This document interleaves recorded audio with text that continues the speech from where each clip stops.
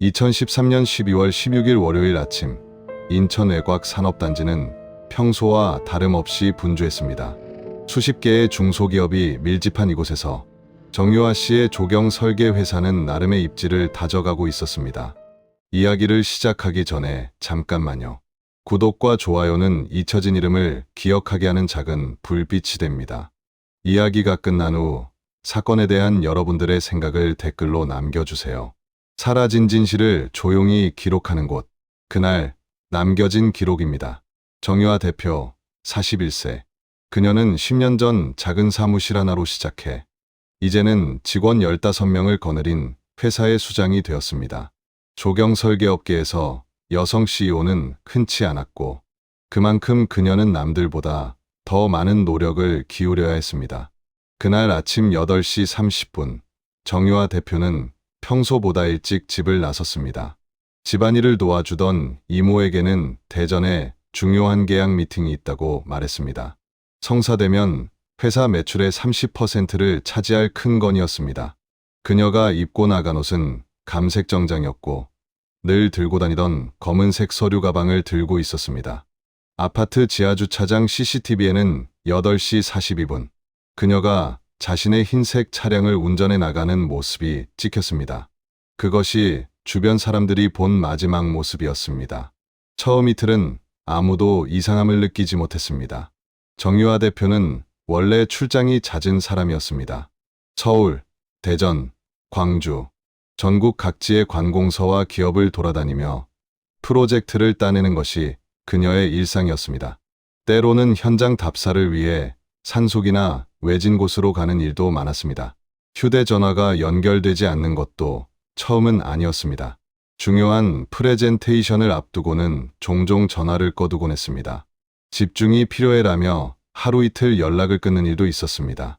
하지만 사흘이 지나자 분위기가 달라지기 시작했습니다. 12월 19일 목요일 회사 격리팀에서 첫 번째 이상 신호를 감지했습니다. 매달 20일 지급되는 직원급여 승인을 위해 대표의 결재가 필요했지만 연락이 닿지 않았습니다. 재무담당 윤혜진 부장은 직원들에게 대표님이 중요한 일로 자리를 비우셨으니 제가 처리하겠다고 말했습니다. 12월 20일 금요일 또 다른 문제가 발생했습니다. 정유아 대표는 매달 20일 72세의 어머니 김순자 씨에게 200만 원의 생활비를 보내왔습니다. 10년간 단 한 번도 빠진 적이 없었습니다. 하지만 이번 달은 입금이 되지 않았습니다. 김순자 씨는 처음엔 단순히 바빠서 잊었을 거라 생각했습니다. 하지만 딸에게 전화를 걸어도 신호만 갈 뿐 받지 않았습니다. 문자를 보내도 답이 없었습니다. 평소 딸과 가장 가까웠던 김순자 씨는 불안감을 느끼기 시작했습니다. 딸은 매주 한 번은 꼭 안부 전화를 했고 바쁠 때도 문자로라도 연락을 했습니다. 중요한 일이 있을 때는 미리 알려주는 것이 습관이었습니다. 12월 21일 토요일 김순자 씨는 더 이상 기다리지 않기로 했습니다. 오전 9시 15분 인천경찰서에 실종신고가 접수되었습니다. 우리 딸이 닷새째 연락이 안 됩니다. 생활비도 안 보내고 이런 적이 한 번도 없었어요. 딸이 미혼이라 제가 가장 가까운 가족이에요. 경찰은 즉시 기초조사에 착수했습니다. 정유아 대표의 휴대전화 위치 추적을 시작했고 신용카드 사용 내역을 확인했습니다. 그리고 이상한 점들이 하나둘 드러나기 시작했습니다. 마지막 휴대전화 신호는 12월 16일 오후 14시 32분 인천 산업단지 인근에서 잡혔습니다. 대전으로 간다던 그녀는 왜 인천에 머물러 있었을까요? 신용카드 사용 내역은 더욱 의아했습니다. 12월 16일 오전 11시 47분 산업단지 내 편의점에서 구입한 것이 마지막이었습니다. 평소 하루에도 서너 번씩 카드를 사용하던 그녀가 닷새 동안 단 한 번도 카드를 쓰지 않았다는 것은 납득하기 어려운 일이었습니다. 회사 법인카드 역시 16일 이후로는 사용 기록이 없었습니다. 경찰은 이 시점에서 단순 실종이 아닐 가능성을 염두에 두기 시작했습니다. 하지만 아직 결정적인 증거는 없었습니다. 어쩌면 개인적인 이유로 잠시 자리를 비운 것일 수도 있었습니다. 그래도 경찰은 절차에 따라 수사를 진행했습니다. 가장 먼저 찾아간 곳은 그녀가 대표로 있는 회사였습니다. 12월 23일 월요일 오전 10시 경찰이 사무실을 방문했습니다. 200평 규모의 사무실은 겉보기에는 평온해 보였습니다. 직원들은 각자의 자리에서 업무를 보고 있었고 회의실에서는 프로젝트 미팅이 진행 중이었습니다. 경찰을 맞이한 사람은 재무담당 윤혜진 부장이었습니다. 39세의 그녀는 차분한 표정으로 경찰을 대표실로 안내했습니다. 대표님과 마지막으로 연락하신 게 언제입니까? 윤혜진은 잠시 생각하는 듯 하더니 대답했습니다. 12월 16일 오전에 문자를 받았습니다. 그 후로는 연락이 안 되네요. 경찰은 문자 내용을 확인해 달라고 요청했습니다. 윤혜진이 보여준 문자는 간단했습니다. 대전 프로젝트 마무리하고 잠시 쉬려고 합니다. 회사 일은 윤 부장이 알아서 처리해 주세요. 발신 시간은 12월 16일 오전 11시 23분이었습니다. 경찰은 사무실을 둘러보았습니다. 그리고 이상한 점을 발견했습니다. 대표실이 텅 비어 있었던 것입니다. 일반적으로 CEO의 사무실에는 개인 물품들이 가득합니다. 가족 사진, 상패, 개인 서적, 취미용품. 하지만 정유아 대표의 책상 위에는 아무것도 없었습니다. 서랍도 비어 있었고 책장에는 회사 관련 서류만 가지런히 정리되어 있었습니다. 원래 이렇게 깨끗한 편이셨나요? 경찰의 질문에 윤혜진은 고개를 저었습니다. 아니요. 원래는 물건이 많으셨어요. 그런데 2주 전쯤부터 하나둘 정리하시더라고요. 개인 물품들을 집으로 가져가신다고. 이상한 점은 또 있었습니다. 회사 관계자가 경찰에게 서류 하나를 건넸습니다.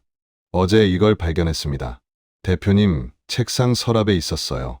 그것은 부동산 매매 계약서였습니다. 회사 명의로 보유하고 있던 창고 두 채를 매각하는 내용이었습니다. 계약 날짜는 12월 14일, 정유아 대표가 실종되기 이틀 전이었습니다. 그런데 서명란이 이상했습니다. 매도인 란에는 대표 정유아 대신 재무담당 윤혜진이라고 적혀 있었습니다. 이게 어떻게 된 겁니까? 윤혜진은 차분히 설명했습니다. 대표님이 11월 말에 위임장을 작성해 주셨습니다. 본인이 자리를 비울 때를 대비해서 회사 자산 관리를 제게 맡긴다고. 공증도 받았습니다. 그녀가 보여준 위임장은 확실히 공증을 받은 정식 문서였습니다. 날짜는 11월 28일. 정유아의 도장이 선명하게 찍혀 있었습니다. 하지만 직원들 중 이 위임장에 대해 아는 사람은 아무도 없었습니다.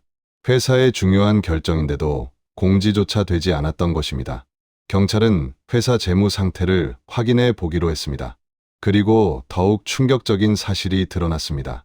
12월 16일 정유아 대표가 실종된 바로 그날 회사 계좌에서 3억 원이 인출되었습니다. 인출자는 윤혜진 부장이었습니다. 급한 프로젝트 자재구입비였습니다. 대표님 지시였어요. 그녀의 설명은 일견 타당해 보였습니다. 실제로 회사는 대형 프로젝트를 여러 개 진행 중이었고 자재 구입은 일상적인 일이었습니다. 하지만 경찰이 거래처에 확인해 본 결과 12월 16일 이후 자재 구입은 없었습니다. 3억 원은 현금으로 인출된 후 행방을 알 수 없게 되었습니다. 수사관들은 윤혜진을 예의주시하기 시작했습니다. 하지만 그녀는 침착함을 잃지 않았습니다. 모든 질문에 논리적으로 대답했고 필요한 서류는 즉시 제공했습니다. 오히려 그녀는 역으로 경찰에게 정보를 제공했습니다. 혹시 이것도 단서가 될까 해서. 대표님이 최근 누군가와 자주 통화하시는 걸 봤어요. 외국인 같았는데 영어로 대화하시더라고요. 직원들도 비슷한 증언을 했습니다. 정유아 대표가 최근 들어 영어 공부를 시작했다는 것, 점심시간에 화상 영어 수업을 받는 모습을 봤다는 것. 이런 정황들은 정유아 대표가 계획적으로 사라진 것처럼 보이게 만들었습니다. 개인 물품 정리, 위임장 작성, 영어 공부. 혹시 정유아 대표는 새로운 삶을 위해 스스로 자취를 감춘 것일까요? 하지만 경찰은 한 가지 의문을 품었습니다. 왜 하필 모든 권한이 윤혜진에게 넘어갔을까요? 실종 수사는 체계적인 절차를 따라 진행되었습니다. 경찰은 먼저 정유화 대표의 디지털발 자취를 추적하기 시작했습니다. 21세기를 사는 현대인이 흔적 없이 사라지기란 거의 불가능한 일이었습니다. 통신사 협조를 받아 휴대전화 기지국 접속 기록을 확인했습니다. 12월 16일 오전 8시 42분, 집을 나선 이후에 주요 동선이 드러났습니다. 오전 10시 23분경 인천 서구 산업단지 입구에 도착했습니다. 오후 14시 32분, 산업단지에서 마지막 신호가 잡혔습니다. 그리고 그 이후로는 신호가 완전히 끊겼습니다. 전원이 꺼졌거나 배터리가 방전되었거나 아니면 의도적으로 파괴되었을 가능성이 있었습니다. 이상한 점은 동선이었습니다. 대전으로 간다던 그녀는 왜 인천 산업단지로 향했을까요? 그것도 평소 출근 시간보다 이른 시간에 말입니다. 신용카드 사용 내역도 다시 정밀 분석했습니다. 12월 16일 오전 계양구 주유소에서 주유를 한 후 산업단지 내 카페에서 아메리카노 2잔을 구매했습니다. 그리고 편의점에서 생수와 김밥을 구매한 것이 마지막이었습니다. 특히 마지막 구매 내역이 수사관들의 주목을 끌었습니다. 커피도 2잔, 김밥도 2줄. 누군가와 함께 있었다는 뜻일까요? 차량 동선도 추적했습니다. 오후 12시 13분경 회사 건물 지하주차장에 들어갔습니다. 그런데 이상한 점이 있었습니다. 차는 건물 지하주차장에 들어가는데 정유화 대표는 사무실에 오지 않았다는 것입니다. 모든 직원이 그날 대표를 보지 못했다고 진술했습니다. 오후 13시 27분 차량이 다시 지하주차장을 나왔습니다. 하지만 CCTV 사각지대로 운전자의 얼굴은 확인할 수 없었습니다. 오후 13시 41분 차량은 산업단지 물류창고 지역으로 이동했습니다. 그리고 그곳에서 자취를 감췄습니다. CCTV가 없는 구역이었습니다. 3일 후 경찰은 산업단지 외곽 야산임도에서 정유화의 차량을 발견했습니다. 차 안에는 아무것도 없었습니다. 핸드백도 휴대전화도 그 어떤 개인 물품도 없었습니다. 국과수 감식 결과가 나왔습니다. 운전석과 조수석에서 정유화의 지문이 검출되었습니다. 하지만 특이하게도 운전대와 기어 부분에는 누군가 닦아내는 적이 있었습니다. 완전히 지워진 것은 아니었지만 의도적으로 지문을 훼손하려 한 시도가 보였습니다. 트렁크에서는 미세한 혈흔이 발견되었습니다. DNA 분석 결과 정유화의 것으로 확인되었습니다. 양은 많지 않았지만 분명한 혈흔이었습니다. 이제 경찰은 확신했습니다. 이것은 단순 실종이 아니라 범죄와 관련된 사건이라는 것을. 수사는 새로운 국면으로 접어들었습니다. 경찰은 정유화 대표의 인간관계를 전면 조사하기 시작했습니다. 가족관계는 단순했습니다. 미혼이었던 그녀에게는 노모가 유일한 직계가족이었습니다. 김순자 씨는 딸이 사업으로 바쁜 와중에도 꾸준히 연락하고 효도했다고 진술했습니다. 유아는 정말 착한 딸이었어요. 일이 아무리 바빠도 매주 한 번은 꼭 찾아왔고 생활비도 빠짐없이 보내줬어요. 그런 애가 연락도 없이 사라질 리 없어요. 친척들과의 관계도 조사했지만 특별한 문제는 없었습니다. 사촌들과는 명절에나 만나는 정도였고 금전적인 문제나 갈등도 없었습니다. 회사 동료들과의 관계도 조사했습니다. 대부분 정유화 대표를 존경하고 따랐다고 진술했습니다. 카리스마 있지만 직원들을 잘 챙기는 상사였다는 평가가 지배적이었습니다. 하지만 한 가지 특이한 진술이 나왔습니다. 설계팀 박 차장의 증언이었습니다. 최근 대표님과 윤혜진 부장 사이가 좀 이상했어요. 예전에는 업무적으로만 대화했는데 최근에는 자주 단둘이 미팅을 하더라고요. 대표실에서 큰 소리가 나는 것도 몇 번 들었습니다. 다른 직원들도 비슷한 이야기를 했습니다. 11월부터 두 사람 사이에 묘한 긴장감이 흐르기 시작했다는 것입니다. 윤혜진의 신상도 자세히 조사했습니다. 그녀는 2005년에 입사해 10년 가까이 회사를 지켜온 직원이었습니다. 회사 재물을 완벽하게 관리해왔습니다. 미혼이었고 산업단지에서 차로 20분 거리의 원룸에서 혼자 살고 있었습니다. 특별한 이성 관계는 확인되지 않았습니다. 그런데 수사 과정에서 흥미로운 사실이 하나 발견되었습니다. 윤혜진이 최근 부동산을 알아보고 있었다는 것입니다. 그것도 수억 원대 아파트를 말입니다. 부동산 중개업자의 진술에 따르면 윤혜진은 11월부터 여러 차례 매물을 보러 다녔고 5억 원대 아파트에 특히 관심을 보였다고 합니다. 일반 회사원이 그런 집을 살 수 있냐고 물어보니 곧 큰돈이 들어올 예정이라고 하더군요. 12월 27일 정유아의 어머니 김순자 씨가 경찰서를 다시 찾았습니다. 그녀는 수사관에게 중요한 정보를 전달했습니다. 어제 윤혜진이라는 사람이 저를 찾아왔어요. 김순자 씨의 집은 인천 구도심의 작은 아파트였습니다. 12월 26일 오후 15시경 윤혜진이 예고 없이 찾아왔다고 합니다. 어머니, 안녕하세요. 회사 재무담당 윤혜진입니다. 윤혜진은 정중하게 인사를 하고는 거실에 앉았습니다. 그리고는 충격적인 이야기를 꺼냈다고 합니다. 대표님이 외국인 남성과 함께 떠나셨다는 소문이 있어요. 회사 직원들 사이에서도 그런 이야기가 돌고 있습니다. 김순자 씨는 펄쩍 뛰었습니다. 무슨 소리예요? 우리 유하가 그럴 리 없어요. 결혼도 안 했는데 갑자기 무슨. 하지만 윤혜진은 침착하게 말을 이었습니다. 저도 믿기 어렵지만 대표님이 최근 영어 공부를 열심히 하셨고 외국인과 자주 통화하는 걸 봤어요. 그리고 그녀는 잠시 망설이다가 말했습니다. 회사 자금 일부가 사라졌습니다. 대표님만 접근할 수 있는 비상금이 없어졌어요. 김순자 씨는 혼란스러웠습니다. 딸을 누구보다 잘 안다고 생각했는데 정말 모르는 일면이 있었던 것일까요? 그래서 제가 제안 드리고 싶은 게 있습니다. 윤혜진이 서류를 꺼냈습니다. 대표님 지분을 제가 인수하고 싶습니다. 지금 이 상황이 계속되면 회사가 무너질 수 있어요. 거래처에서도 불안해하고 있습니다. 직원들 생계가 달려있는 문제예요. 어머니께서 대신해서 결정해 주시면 좋겠습니다. 법적으로도 실종 상태가 계속되면 가족이 재산 처분 권한을 가질 수 있습니다.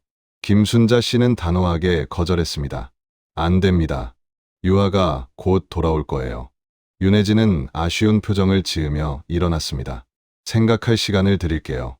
하지만 너무 늦으면 회사를 살릴 수 없을지도 몰라요. 그녀가 떠난 후 김순자 씨는 깊은 생각에 잠겼습니다. 윤혜진의 태도가 이상했습니다. 대표가 실종된 지 열흘밖에 안 됐는데 벌써 회사를 인수하려 한다니.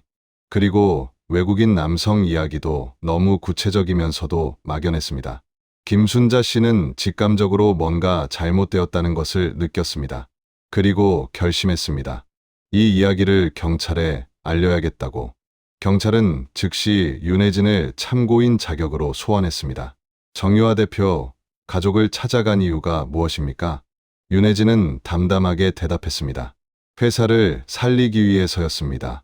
대표 부재로 회사가 흔들리고 있어요. 누군가는 결단을 내려야 합니다. 외국인 남성 이야기는 어떻게 알았습니까? 저번에도 얘기 드렸듯이 직원들이 다 아는 사실이에요. 대표님이 화상영어 수업 받는 것도 봤고 외국인과 통화하는 것도 들었습니다. 실제로 정유아 대표는 온라인 영어학원에 등록되어 있었습니다.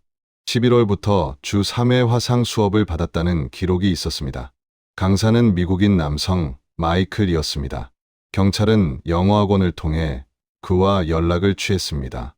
마이클은 정유아와 순전히 학습 관계였다고 진술했습니다. 그녀는 열정적인 학생이었어요. 비즈니스 영어를 배우고 싶어 했습니다. 해외 프로젝트를 준비한다고 했던 것 같아요. 개인적인 만남은 있었느냐는 질문에 그는 강하게 부인했습니다. 한국에 가본 적도 없어요. 외국인 남성설은 근거가 빈약했습니다.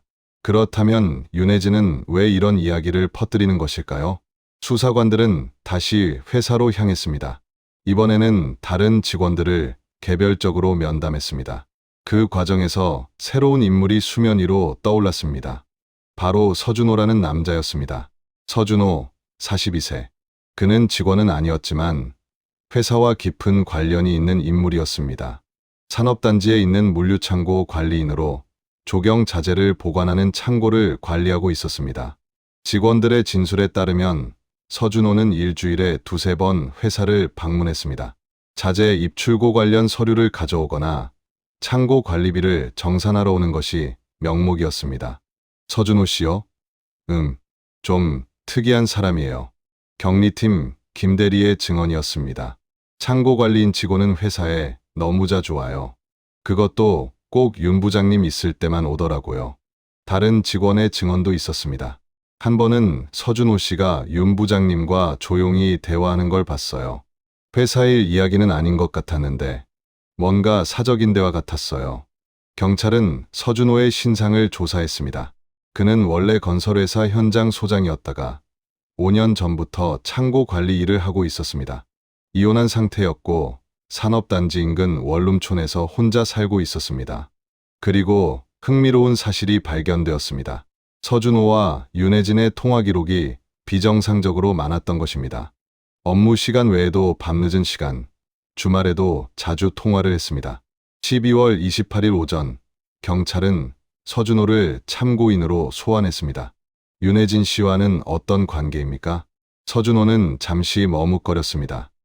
그냥 업무상 알고 지내는 사이입니다. 업무 외 시간에도 자주 통화하시던데요. 가끔 창고 문제로 긴급히 연락할 일이 있어서 그의 대답은 설득력이 없었습니다. 12월 16일 정유아 대표가 실종된 날 어디 계셨습니까? 창고에 있었습니다. 하루 종일요. 증인이 있습니까? 없습니다. 경찰은 서준호가 관리하는 창고를 수색하기로 했습니다. 12월 29일 오후 수색 영장을 가지고 창고를 방문했습니다. 1000평 규모의 창고에는 각종 조경 자재들이 쌓여 있었습니다. 나무, 돌, 흙, 비료, 그리고 각종 화학약품들도 있었습니다. 수색을 시작한 지 2시간쯤 지났을 때였습니다. 한 수사관이 이상한 냄새를 맡았습니다. 여기 뭔가 이상한 냄새가 나는데요. 창고 한 구석, 잡동사니들이 쌓인 곳에서 희미한 악취가 났습니다. 수사관들이 물건들을 치우자 파란색 플라스틱 드럼통이 나타났습니다.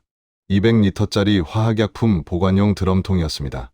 겉면에는 황산 표시가 있었지만 누군가 그 위에 테이프를 붙여 다른 글씨를 써놓았습니다. 폐기물이라고.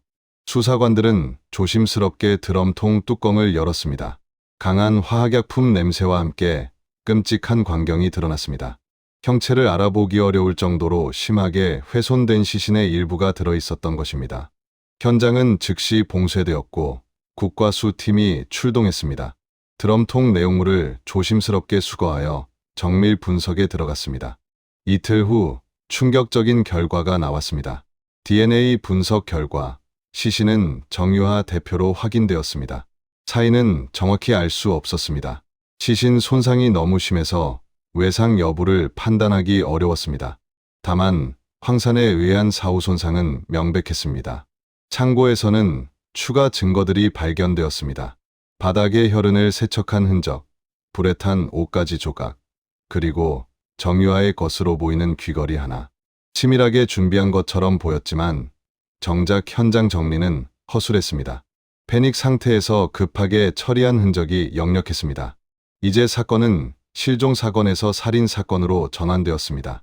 경찰은 즉시 서준호를 긴급 체포했습니다.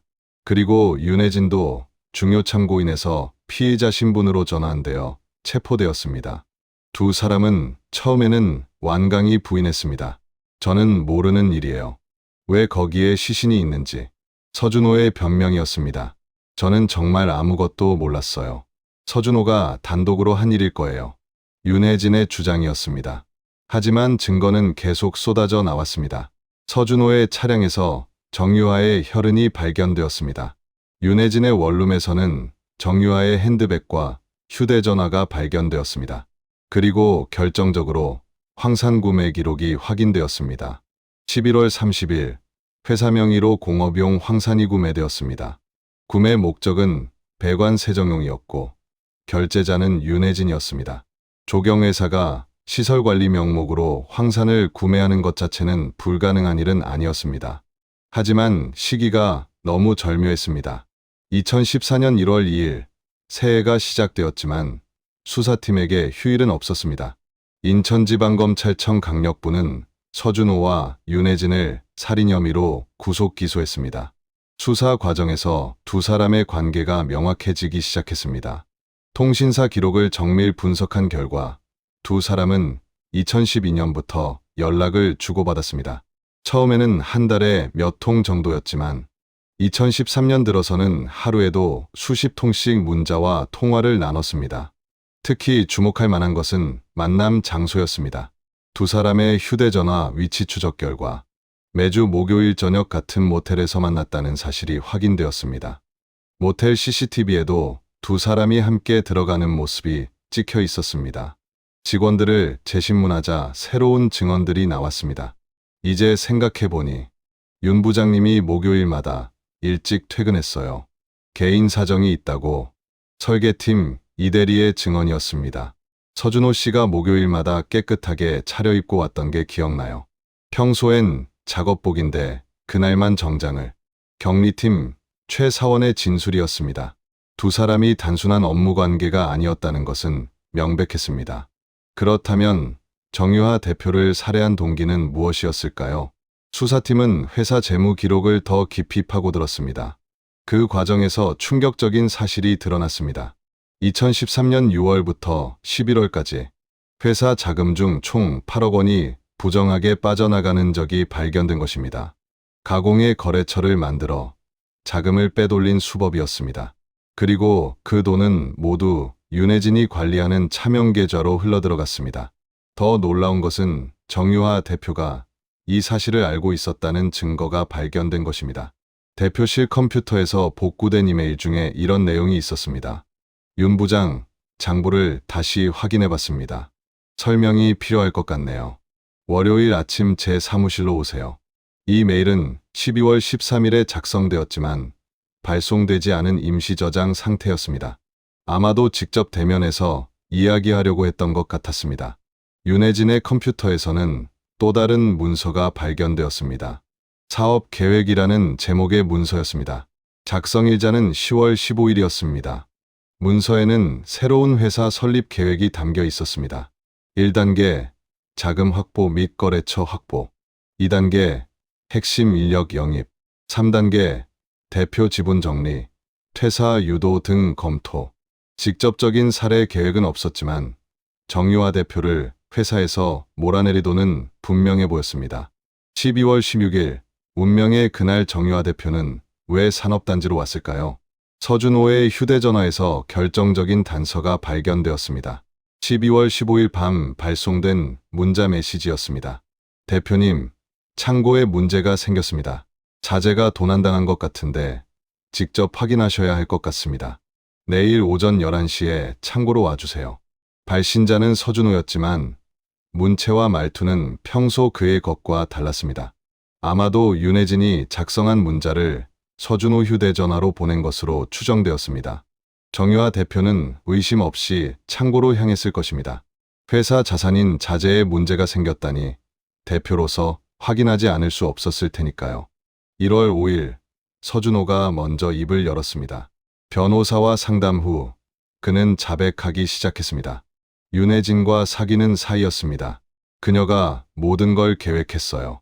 그의 진술에 따르면 윤혜진은 회사를 차지하고 싶어 했다고 합니다. 입사 이후 줄곧 회사를 위해 헌신했는데 정당한 대우를 받지 못한다고 불평했다는 것입니다. 횡령 사실이 들통날까봐 불안해했어요. 대표가 의심하기 시작했다고. 그래서 12월 16일 오전 11시경 정유하 대표가 창고에 도착했습니다. 서준호와 윤혜진이 기다리고 있었습니다. 처음에는 자재 도난건으로 이야기를 시작했습니다. 하지만 정유하 대표는 곧 탐정이라는 것을 눈치챘습니다. 윤 부장, 당신이 한 짓을 다 알고 있어요. 정유하 대표가 말했다고 합니다. 순간 윤혜진이 격해졌고 말다툼이 시작되었습니다. 그리고 정확히 어떻게 됐는지는 저도 잘 모르겠어요. 순간적으로 밀치는 과정에서 서준호는 더 이상 말을 잇지 못했습니다. 1월 10일, 윤혜진도 결국 자백했습니다. 하지만 그녀의 진술은 서준호와 달랐습니다. 전 살해 의도가 없었어요. 단지 횡령 사실을 설명하려고 했을 뿐인데 그녀는 자신도 피해자라고 주장했습니다. 서준호가 먼저 대표님을 밀쳤어요. 저는 말리려고 했는데 두 사람의 진술은 핵심 부분에서 엇갈렸습니다. 누가 먼저 물리적 충돌을 시작했는지, 누가 시신 유기를 주도했는지. 하지만 수사팀은 객관적 증거를 통해 진실에 접근해 갔습니다. 창고 바닥에서 채취한 혈흔의 패턴 분석 결과 정유화 대표는 창고 입구 근처에서 첫 부상을 입은 것으로 나타났습니다. 그리고 창고 안쪽으로 끌려가는 적이 있었습니다. 이는 우발적 사고라기보다는 계획된 범행에 가까웠습니다. 또한 황산 구매 시점이 주목받았습니다. 11월 30일 정유화 대표가 횡령을 의심하기 시작한 직후에 황산을 구매했다는 것은 이미 그때부터 무언가를 계획했다는 증거였습니다. 재판 과정에서 더 많은 진실이 드러났습니다. 윤혜진과 서준호는 단순한 연인 관계를 넘어서 사업 파트너였습니다. 두 사람은 횡령한 돈으로 새로운 회사를 설립할 계획이었습니다. 실제로 서준호 명의로 법인 설립 준비가 진행 중이었습니다. 그들의 계획은 이랬습니다. 정유화 대표를 제거하고 회사를 인수한 후 기존 거래처와 직원들을 그대로 흡수하여 새로운 회사를 운영하는 것이었습니다. 하지만 정유화 대표가 예상보다 빨리 횡령을 눈치챘고 그들은 극단적인 선택을 하게 된 것입니다. 법정에서 윤혜진은 끝까지 우발적 사고였다고 주장했습니다. 전 정유화 대표님을 존경했어요. 단지 제 능력을 인정받고 싶었을 뿐인데. 하지만 검사는 반박했습니다. 피고인은 치밀하게 계획을 세우고 실행했습니다. 위임장을 미리 준비하고 황산을 구매하고 피해자를 유인했습니다. 이것이 우발적 사고입니까? 서준호는 법정에서 참회했습니다. 제가 정신을 차렸어야 했는데 사랑에 눈이 멀어서 정유화 대표님께 죄송합니다. 하지만 그의 참회가 이미 일어난 일을 되돌릴 수는 없었습니다. 증인으로 출석한 직원들은 분노했습니다. 대표님은 좋은 분이셨어요. 회사를 위해 모든 걸 바쳤는데 윤혜진이 그렇게 악독한 사람인 줄 몰랐어요. 대표님을 믿고 따르는 척하면서 정유화의 어머니 김순자 씨는 오열했습니다. 내 딸이 얼마나 착한 아이였는지 아십니까? 회사 직원들 한 명 한 명 다 챙기고 그런 애가 이렇게 허무하게. 사업 파트너였던 조 사장은 이렇게 증언했습니다. 정유화 대표는 이 업계에서 신뢰의 상징이었습니다. 약속은 반드시 지켰고 품질은 타협하지 않았죠. 그런 사람이 가장 믿었던 직원에게 2014년 3월 15일 1심 선고가 내려졌습니다. 재판부는 판결문을 읽기 시작했습니다. 피고인 윤혜진을 무기징역에 처한다. 피고인 서준호를 무기징역에 처한다. 법정은 술렁였습니다. 검찰이 구형한 대로 두 피고인 모두에게 최고형이 선고된 것입니다. 재판장은 판결 이유를 설명했습니다. 피고인들은 탐욕에 눈이 멀어 생명의 존엄성을 무시했습니다. 신뢰를 기반으로 한 노사관계를 파괴했고 피해자의 가족에게 씻을 수 없는 상처를 남겼습니다. 특히 윤혜진에 대해서는 이렇게 말했습니다. 피고인 윤혜진은 피해자의 신뢰를 이용하여 범행을 계획하고 주도했습니다. 사후에도 피해자의 명예를 훼손하고 유족을 기만했습니다. 죄질이 극히 불량합니다. 서준호에 대해서도 엄중한 판단을 내렸습니다. 피고인 서준호는 공모하여 범행에 가담했고 시신 유기를 직접 실행했습니다. 단순 방조가 아닌 적극적 가담자로서 책임이 큽니다. 항소심, 상고심에서도 판결은 유지되었습니다. 두 사람은 결국 무기징역이 확정되었습니다. 회사는 해체되었습니다. 정유화 대표 없이는 회사가 유지될 수 없었습니다. 15명의 직원들은 뿔뿔이 흩어졌습니다. 일부는 다른 조경회사로 이직했고 일부는 아예 업계를 떠났습니다. 10년간 함께 일하며 쌓아온 팀워크와 노하우는 하루아침에 사라졌습니다. 정유화의 어머니 김순자 씨는 민사소송을 제기했습니다. 윤혜진이 횡령한 8억 원과 정신적 피해에 대한 배상을 요구했습니다. 하지만 윤혜진과 서준호는 배상할 능력이 없었습니다. 김순자 씨는 사건 후 건강이 급격히 나빠졌습니다. 유일한 혈육을 잃은 충격을 이기지 못했습니다. 딸이 평생 일궈놓은 회사가 하루아침에 사라졌어요. 그것보다 더 억울한 건 믿었던 사람에게 배신당했다는 거예요. 산업단지의 창고는 오랫동안 비어 있었습니다. 끔찍한 사건이 일어난 곳이라는 소문이 퍼져 아무도 임대하려 하지 않았습니다. 결국 2년 후 건물이 철거되고 그 자리에는 새로운 공장이 들어섰습니다. 이 사건은 많은 것을 시사합니다. 첫째, 직장 내 신뢰관계의 중요성입니다. 정유화 대표는 윤혜진을 믿고 중요한 권한을 위임했지만 그 신뢰는 최악의 방식으로 배신당했습니다. 둘째, 내부 통제 시스템의 필요성입니다. 8억 원이라는 거액이 횡령될 때까지 아무도 눈치채지 못했다는 것은 시스템의 허점을 보여줍니다. 셋째, 탐욕의 위험성입니다. 윤혜진과 서준호는 더 많은 것을 가지려다가 모든 것을 잃었습니다. 그들의 탐욕은 한 사람의 생명을 앗아갔고 많은 사람들의 삶을 파괴했습니다. 수사팀은 이 사건을 가장 기억에 남는 사건 중 하나로 꼽습니다. 성실하고 능력 있는 경영자가 가장 믿었던 사람에게 배신당한 비극적인 사건이었기 때문입니다. 이 사건은 언론에도 보도되었습니다. 신뢰의 배신, 회사를 삼킨 탐욕 등의 제목으로 연일 기사가 쏟아졌습니다. 많은 중소기업 경영자들이 충격을 받았습니다. 자신들도 비슷한 위험에 노출되어 있을 수 있다는 불안감이 퍼졌습니다. 경영단체들 사이에서 내부 통제 강화 논의가 이어졌고 몇몇 단체는 권고안을 내기도 했습니다. 하지만 아무리 완벽한 시스템을 만들어도 인간의 탐욕을 완전히 통제할 수는 없습니다. 정유화 대표의 책상은 이제 없습니다. 하지만 그녀가 남긴 것들은 여전히 살아 있습니다. 그녀가 설계하고 가꾼 공간들은 여전히 사람들에게 안식을 주고 있습니다. 그녀가 키운 직원들 중 일부는 독립하여 자신들의 조경회사를 차렸습니다. 그들은 정유화 대표에게 배운 정직과 성실을 잊지 않고 있습니다. 매년 12월 16일 그녀의 기일이 되면 옛 직원들이 모입니다. 함께 묘소를 찾아 헌화하고 그녀를 추억합니다.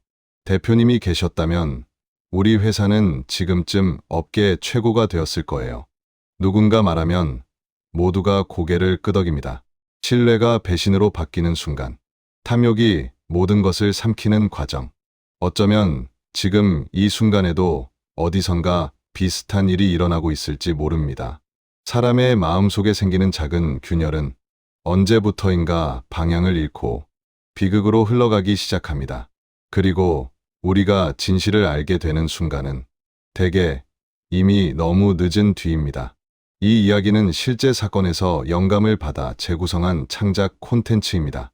실존 인물 및 단체와는 무관하며 피해자 및 가족분들께 깊은 존경과 위로의 마음을 전합니다. 시간은 흘러가지만 기록은 사라지지 않습니다. 그날 남겨진 기록은 오늘도 한 사람의 이야기를 남기고 잊힌 이야기를 다시 세상에 전하겠습니다. 여러분의 구독과 좋아요는 그 기억이 이어지게 하는 힘이 됩니다. 시청해 주셔서 감사합니다.